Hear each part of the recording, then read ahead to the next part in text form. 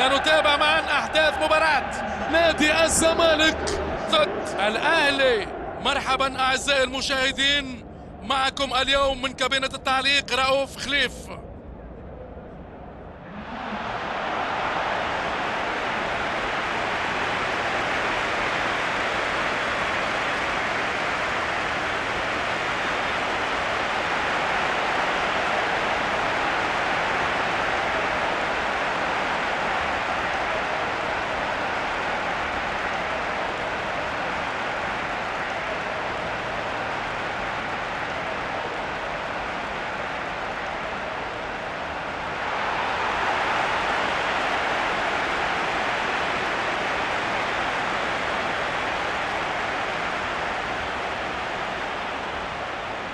والآن فلنتابع أعزائي المشاهدين تشكيلتي الفريقين.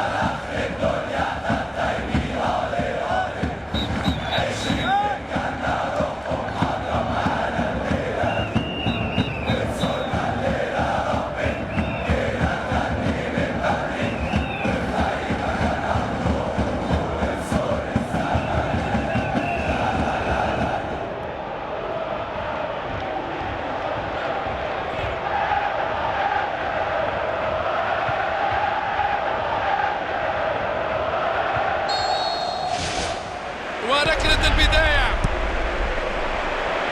يلعب كرة إلى اليسار،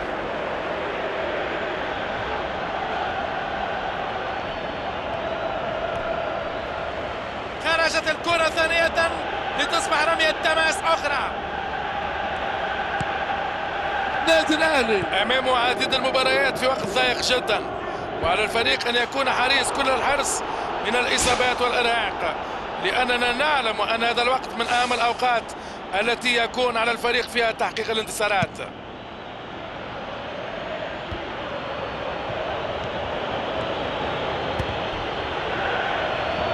وتخرج الكرة إلى رمية التماس،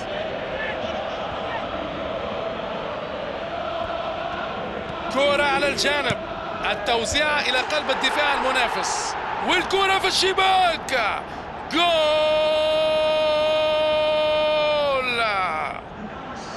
وهذا هو الهدف الافتتاحي في المباراة. توزيعة رائعة إلى المنطقة سهلت الأمر عليه كثيرا.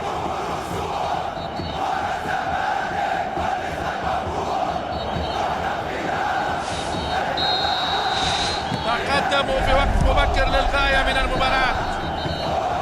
اعتراض في وقت مثالي، كانت الخطورة تزداد بشكل كبير. فرصة سانحة للتصويب، إنقاذ بارع، كان هذا في غاية الروعة، وكأنه لا يحق له الاقتراب من هناك. يا له من إنقاذ متميز، تدخل دفاعي ناجح تماما. الكرة من خلال التوزيع،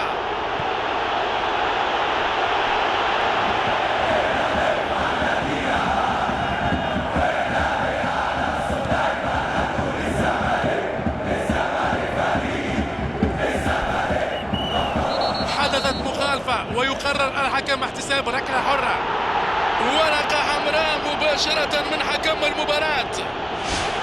نادي الزمالك يلعب ب10 لاعبين منذ بداية المباراة.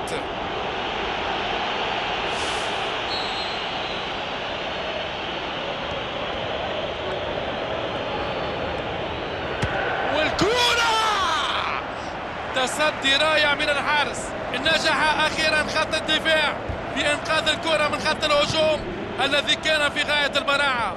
إنقاذ ممتاز، زيزو معاه الكرة وعنده المساحة لتشكيل خطورة.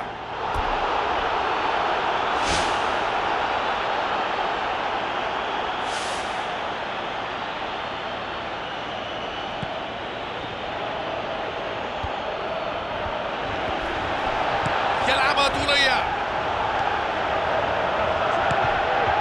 مروان عطية يحاول لعب الكرة لأحد زملائه في الهجوم، وكرة جول! لعبة رائعة، جول!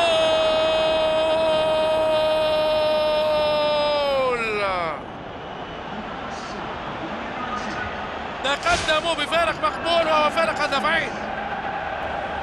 تلك المنطقة هي المنطقة الوحيدة التي لا يمكن أن تكون بلا رقابة. قد يكون هناك نقص في التفاهم بينهم أو خطأ تكتيكي، بصراحة لست أدري، لكن المؤكد أن المدير الفني يشعر بانزعاج كبير. النتيجة 2-0 الآن. كرة طولية إلى الأمام، كرة طولية مثالية نحو الهجوم. اعتراض جميل وفي وقت مثالي.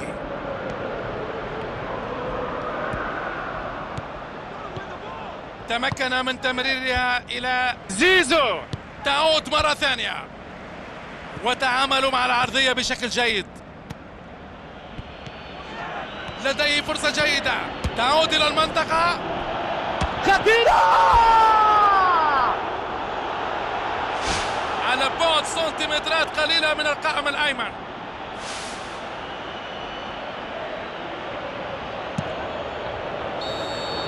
هذه هي نهاية الشوط الأول. هناك فرق أهداف لكنه غير مطمئن. النتيجة 2-0.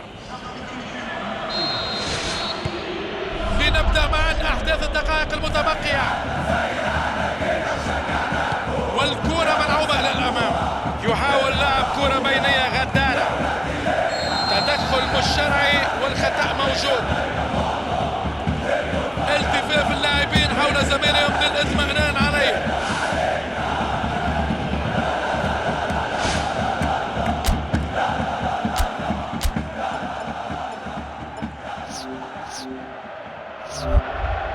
هل سيظهر عبقرية في تسديد هذه الركلة الحرة؟ والكرة كانت قريبة للغاية، لكن طالما لم تدخل المرمى فلن تحتسب.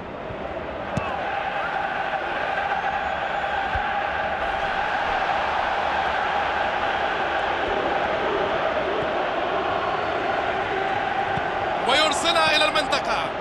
كرة طولية إلى الأمام، يرسل كرة طولية إلى المساحة الفارغة، أبعدها وأنقذ الفريق من خطر محقق. تغيير اللاعب على الرواق، مصطفى شلبي. الكرة للأمام، يلعبها طولية. الدفاع قادر على التصدي لكل خطورة. نرى اللاعب بجوار خط التماس ويستعد للدخول. سيتم التبديل في الحال.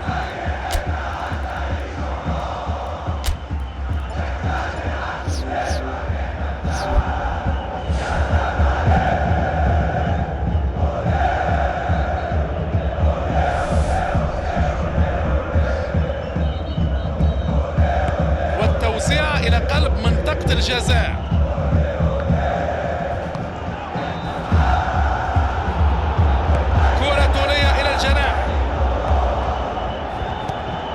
وكرة ملعوبة إلى الأمام بسرعة خطيرة. الإنقاذ الرائع، لم يكن هذا التصدي عادي، قام بعمل رائع لحماية مرماه. رائع. ناصر منسي يبعد الكرة على منطقته، يحاول أن يلعب